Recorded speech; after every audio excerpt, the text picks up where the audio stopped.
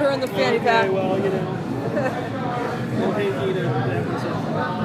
Alright, so Jesse, we're talking with Josh Elmore from Panel Decapitation here in Summer Slaughter in New York City. Thank you for taking the time to talk with us. Thank you for having me. How's the tour been so far? Tonight was a good night.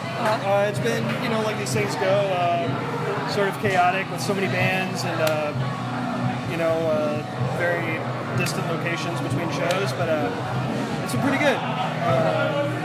This is our third one that we've done, so it's kind of pretty consistent with all the others. As you know, it's with any tour, ups and downs, but we're very fortunate. This show is a good springboard to the rest of the tour. We have about 2 weeks left, and hopefully this will be, you know, consistent theme on out. How is like the rocky start things got off to with Obscura, with obviously the passing of Justin Lowe? Yeah. How did that affect it kind of, I mean, the management and staff working on this tour made it run really smoothly. So although both, instances, one being unfortunate, the other being tragic, obviously,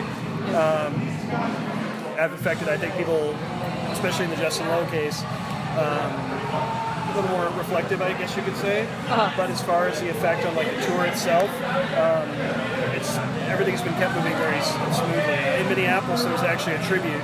The rest of the members of After the Burial came up and had a very nice, like, sort of a presentation that they gave at a memorial. And that whole show, there was a really good atmosphere. All the bands were there just to, like, you know, support that event. You know, so that was a really positive thing. Okay. I think, you know, everyone came away from that doing very well. Okay. So I know you guys just released Anthropocene. Am I saying that right? Anthropocene. Anthropocene Extinction. Anthropocene. I'm going to go back in time a little bit to Monolith of Inhumanity, and that was a very positively reviewed record. And you guys said that you like went out on limbs and pushed musical boundaries. For us, relative to us. Yeah. So what boundaries for yourselves were you pushing, and then how did you build on that in your new album? I think, like with Monolith, we were, you know, a couple of us are older. Depending on, you know, considering like today's, like if you're not like 22, you're like, oh my god, you know, retirement plan. When you're almost twice that, we just really like, you know, we've been doing this forever, both with this band and just, you know, our kind of musical life in metal or whatever, whether it be as a fan or playing in bands. You know what, let's just do what we want. Who cares? I don't, like, there's so much, like, modern metal is it's just like a high school, you know, everyone's, you know, there's this, you know, there should be healthy competition, but it's so like, you know, everyone's got to be the cool kids, you know, sucking their gut, you know, and live to these standards, but it's just like, I don't care. You know, I mean, I care enough to all of us care enough to do the best we possibly can and to put out the best songs we can and to challenge ourselves, not, you know, live by some other invisible standard that either we're putting upon ourselves or like some sort of scene is placing upon bands as a whole. So we just wanted to, like, you know, here's the music we like to play, here's the music we like to hear within this sort of context. Let's try to incorporate it all together without making it seem like some cut and paste mishmash of just, you know, like genre hopping and try to make this very cohesive sound. So with Monolith, I think that's when we're like, okay, we're going to do this. And once again, it's not like we're having like, you know, Swahili folk music or klezmer, you know, it's not, you know, wacky sort of stuff. It's all within the sort of metal, you know, maybe a little, I don't want to say indie, but more like avant-garde, a little bit that sort of thing. So, people saying, oh, it's crazy, there's all this stuff. I'm like, what world do you live in? I mean, is it your view of metal is so orthodox, because it's like, when I hear that, I'm like, well, we did a few different little things, but it's nothing crazy, you know, or anything. So with Monolith, we did it, and we thought it was, okay, that, you know, worked pretty well. But with the newest record, we want to, like, okay, streamline everything, no fat, just boom. These are, you know, we weren't going to try to write a song that was, you know, we didn't start out by saying, okay, all the songs will be 3.5 minutes, it's will be radio length and all this. And some of the songs are longer. There's like 4.5, 5 minutes, but they feel 3.5 minutes, which is kind of awesome for us, at least. There's not the draggy, you know, kind of like, oh, this riff again, you know. It's like, I feel that we've created the songs, even if they're a little longer, to be dynamic enough to where they're just fun to listen to and fun to play. So we really just wanted to refine the stuff that we did on Monolith and make everything much more focused and just sharper. And just everything, every hit means something. You know, I mean, we've said that, every band says that through all their records. You know, this is the one. We made it this. I hope every record for every band is the one. You know, at least advance it. You know. And that their definitions of what is advancement will evolve over time, and you know, maybe our next record will be like, oh man, we screwed up on this. Or, this was not the one. Yeah, which I hope that's the case. I hope everyone is the one. So I don't know. I just want to keep evolving and just getting mad at what we did before, or more critical, and just try to better ourselves. You know? Okay. Well, you guys worked with some guests on the new album. One of them being Phil Anselmo. What was it like working with him? Actually, that had to hurt. Our friend John Jarvis, who is the man helming our merch booth right now, is friends with Mr. Anselmo, and we were in the midst of recording this record, and we get a text saying, I'm not going to try to imitate his voice right now, but he asked us, he's like, hey, what would you think about having Phil Anselmo on your record? And we're like, what? It's like, I'm talking to him right now. He said he'd be down for it. And we're like, okay. Yeah, like so we kind of like, well, let me. Our bass player Derek kind of, got his contact information and did the sort of, okay. And he got a very entertaining but positive response back. So did a little email correspondence, and then he said, sure, I'll do it. And, he's on The Prophets of Loss, which is the second song on the record, doing sort of two spoken kind of, in his voice, it's very distinctively his voice, two spoken word passages, and then he does a couple screams that are very much him as well. So, it's just kind of, he's there, it's tucked in, but he's there. All right, and you guys had Author and Punisher and Jürgen Bartsch from Bethlehem. Jürgen, sorry. First my American tongue. Travis had been corresponding with him for a while. Him and myself are actually very big Bethlehem fans, and it turned out, strangely enough, that he's a Cattle fan, which we never envisioned. But he said he really liked our band and been following us for a while, so they kind of hit it off. We're going back and forth, and Travis hit him up and said, would you like to do something on our record? And so the end of Pacific Rim, he does the German, he does the sort of outro message in German. So that was his contribution. And then Tristan from Author and Punisher, he's a buddy of ours from San Diego. If people are not familiar with him, just check him out. He does kind of like a brutally abrasive, like metal industrial kind of thing, with these machines that he makes himself. It's like an engineering, I don't want to say a student, but it basically has an engineering background where he creates all of his machines, and it's like a one-man band. So when you see him play, he's got a 300-pound wheel that he can manipulate, and depending on the speed that it rotates, create different frequencies and drones. He's got a machine that has a handle that he hits a contact with for his like 808s and drum, and he has a mask with these things into. It's phenomenal to watch. Most people be like, doesn't it get kind of boring? And it's like, no, it doesn't. He's got visuals behind him. I mean, you marvel at someone who can do this sort of stuff and, mill and create all his own instruments, and then just the genius that it takes to incorporate it in a manner that's musical. Well, musical. It's still extremely abrasive, but in a way that's listenable, and you crave to hear it. So we thought, well, he does a lot of really good clanging sort of stuff. So we had a song, Plagueborn, that has kind of a lumbering beginning. So we asked him to create this intro that was really like mechanical, like industrial kind of feel to it, that would introduce the song and then continue over like maybe 20 seconds of it to give it this real like factory feel. So I think it worked out pretty well. I like it. Cool. Yeah. All right, well, factory feel kind of brings to mind the phrase factory farms, and brings to mind some of the philosophies behind the band's lyrics about preserving the environment, the animal rights, and that kind of thing.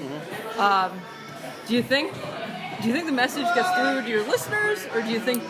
Well, okay, we've always had this thing... Well, it's lessened over time, but like... People are like, those vegan warriors and their pamphlets and preaching. It's like, there really hasn't been like a bunch of animal rights anything in the lyrics since the late 90s, maybe 2000. So that kind of people had that initial impression, and so every record is about that. But if you look at the lyrics and the concepts, it's more anti-human, misanthropic than rah-rah, don't eat meat kind of stuff. I mean, myself and Travis are vegetarian, but that's not the hit you over the head message, you know. I think it's kind of oversimplified sometimes in like reviews where it's like turning the tables, the animals are the masters now, you know, or something like that. That does a disservice to the lyrics and the concepts, you know. I think like with the cover of the most recent record, that cover's fucked up. Yeah, there's this fellow lying on a beach and a lady behind him, and he has what some people say candy, like it's a piñata, but it's actually plastic. Yep. And if anyone's familiar with the Pacific Garbage Patch, and some of the these seabirds and sea animals that have been dying, when they're rotting, this plastic falls at them because they mistakenly consume it. Yep. So it's just kind of a play on that. It's like that subject matter, and then Monolith, which was like this de-evolution of mankind. Yep. Those are more of the themes. It's more of mankind. Yes, there's the way we treat animals as part of that, but this is more of just mankind's de-evolution, and then, like with Anthropocene, just like our extinction because of those activities and behaviors. Would you guys think the extinction's coming soon? Are you guys got bunkers back in San Diego, or is it more of a philosophical? I think it's more philosophical, but I don't mean like it's some crazy shit, man, or anything like that. But it's almost people just need to be aware and pay attention, And I'm not one of these to be like, tomorrow, man, it's gonna happen. I'm not waving a sign or whatever, but it's something that we just can't put off forever. Mm-hmm. It's kind of like, man, how old am I? I really should go get my yearly checkup. It's after a certain point, don't put it off. It's kind of like that, this is a little more of a benign example, but I mean, it's there's all these things that you're seeing that's happening to the planet and each other, and we're going to have a real problem in the next probably 50 years with clean water, because people ain't stopping breeding. Nope. And our water isn't just getting drought is increasing, and some of this is like cyclical, like Earth, it just goes through its cycles and stuff like that may have nothing to do with us. But the stuff we're doing is not helping. And it's kind of intensifying these cycles that are occurring. And, a bunch of people are going to, be parched and then starve to death. These crops will grow. It's just something we need to pay attention to. And unfortunately, a lot of it's going to happen in like third world countries where it's just going to have access to all the sort of comforts and shelters that we do over here. Well, aside from calling attention to these issues through you guys' music, which clearly you do, and you and Travis being vegetarians, is there anything that you would want to talk about in the interview, like that the band does in their personal lives to maybe slow the coming of the extinction, or any specific things you advocate? I think people, and this is just us and people in general, just need to be a little bit more aware and responsible. I mean, we aren't expecting people to like live in a hut or give up all. That's not realistic, but just there's people always have these extreme examples of like there's always the wasteful person that's just like throws their trash everywhere.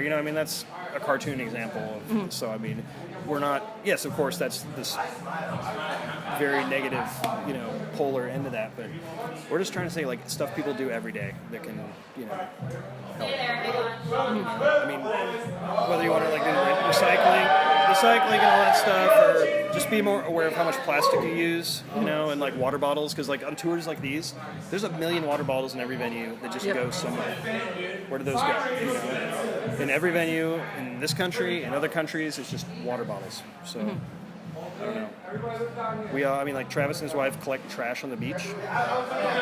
That's putting your money where your mouth is. Yeah.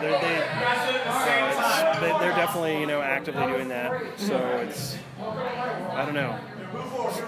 We're a band first, so a lot of this seems like we're like no, listen to our political. And I mean, there's that, but we play music because we love music.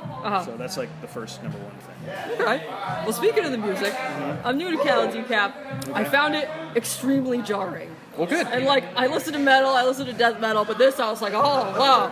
Like, do you guys listen to anything that our readers or your listeners would be surprised about? Like, do you get in the van and put on Simon and Garfunkel? Oh, all of us listen to tons of things that are not metal. I mean, metal is it's not a small part of what we listen to. It's just we listen to a wide variety of things. Like Travis listens to hardly any metal. I listen to, if I do listen to metal, it's like, just black metal of the type that sounds like someone's scraping a plate with screeching over it. Okay. And a blast beat. All right. That's kind of more my speed. We really like Tears for Fears. I listen to a lot of like Americana and alt country and stuff like that. Cool. The new Jason Isbell record's really good. All of his records are really good. Dave. All of us listen to like 80s pop. Just a lot of stuff that's not metal. I think is when you immerse yourself in this like culture and environment. People who get in the van and put on like brutal death metal after playing a brutal death metal show have something wrong with them. Seems like it might be I guess it's not overload. as brutal and hardcore, but they should stop trying to swallow their tongue and maybe, I don't know, it's just, I think everyone needs balance in their life to a certain extent. I mean, if after like 9 hours of, maybe you just want to listen to something that like ambient music that makes you like stare out a window and fall asleep upon it. Metal's always there. It's always part of each one of us because of how we grew up and what we do and what we play. But if you limit yourself to just that, you're doing yourself an extreme disservice. There's some wonderful types of music out there of all genres. Well, just to finish up, what's next for you guys after Summer Slaughter? We have 3 weeks off after we get back from this. We're starting a headlining tour up the West Coast into Canada, across Canada, all from Vancouver all the way into Winnipeg. We go back into the U.S. to Wisconsin, to Chicago, Upper Midwest, go back into Canada, hit Toronto, and then Quebec province, back into the U.S. And then I think that's October 5th. And then October 7th or 8th, we start up in Florida as direct support for Cannibal Corpse. All right. Disruption.